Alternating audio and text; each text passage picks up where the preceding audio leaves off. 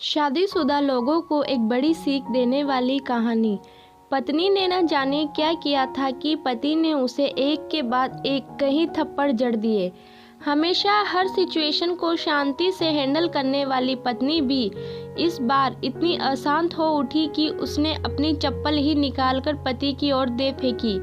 चप्पल पति के बालों को छूते हुए निकल गई। ये किस्सा यहीं पर ख़त्म हो सकता था, मगर पति ने इसे अपनी मर्दानगी का विषय बना लिया और बात बस से बदतर होती चली गई। रिश्तेदारों ने भी आग में घी का काम किया। किसी ने कहा जो औरत अपने पति को चप्पल से मार सकती है वो ना ही तो वफादार हो सकती और ना ही पतिव्रता। ऐसी औरत परिवार ही नहीं पूरे समाज पर कलंक की तरह है। बीवी के पक्ष वाले कहाँ पीछे रहने वाले थे।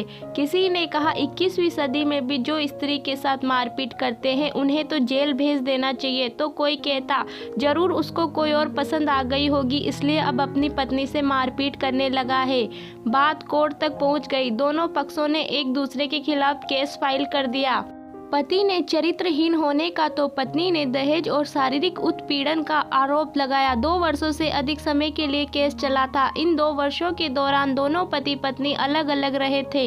इन 2 वर्षों के दौरान दोनों पक्षों के समर्थकों की संख्या कम हो गई थी।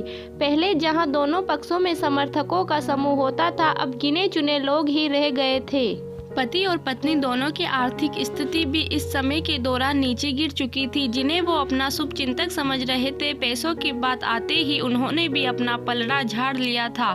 अगर कोई देने को राजी भी हुआ तो मोटे ब्याज की शर्त पर।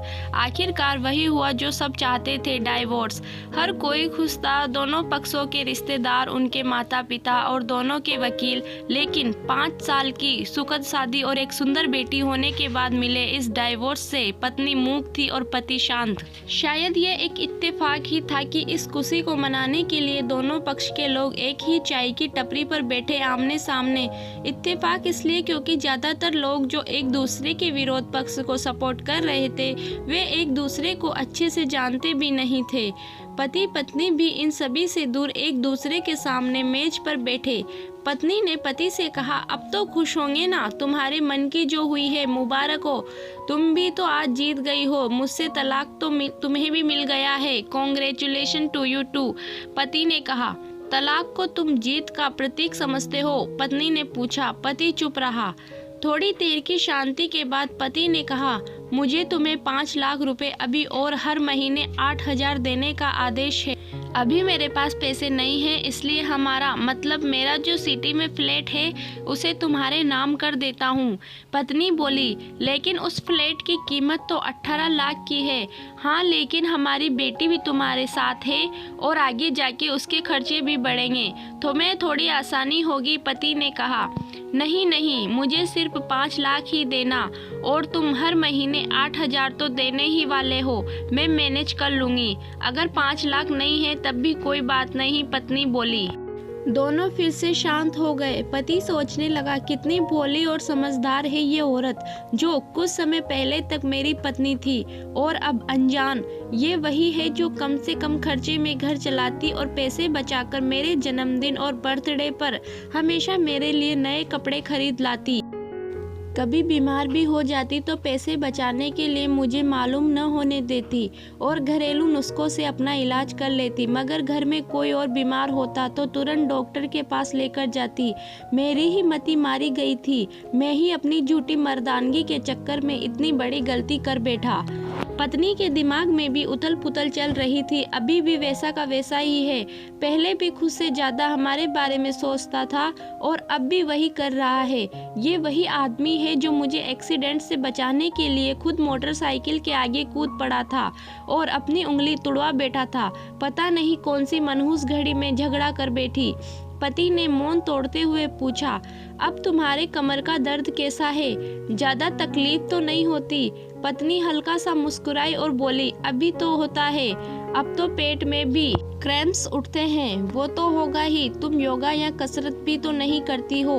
अब किसी गायनोकोलॉजिस्ट को जरूर दिखा देना। पति ने कहा, तुम बताओ तुम्हारा अस्थमा कैसा है अब? क्या अब भी दौरे पड़ते हैं? पत्नी ने पूछा। हाँ पड़ते हैं, पहले से ज्यादा। क्योंकि अक्सर इनहेलर भूल जाया करता हूँ, याद दिलाने के लिए तुम जो नहीं हो अब। पति बोला। पत्नी की आंखों में आंसू आ गए। वो बोली, तुम्हें मेरे चरित्र पर सवाल नहीं उठाने चाहिए थे तो ये परिस्थिति आती ही नहीं। हाँ, मैं जानता हूँ तुम बहुत अच्छी हो, मुझसे गलती हो गई, बहुत बड़ी गलती। मैं लोगों के बहकावे में आ गया था। पति बोला। तुमने भी तो मुझ पर दहेज का इल्ज़ाम लगाया था। वो बोला। गलत था और इस बात का मुझे भी पछतावा हुआ। पत्नी ने कहा। पति कुछ कहना चाह रहा था लेकिन हिचकिचा रहा था। पत्नी ने पूछा, कुछ कहना चाहते हो? वो बोला, क्या सब पहले जैसा नहीं हो सकता? क्या मतलब? पत्नी बोली, मतलब कि हम फिर से पहले की तरह पति पत्नी बनकर, सच्चे दोस्त बनकर नहीं रह सकते।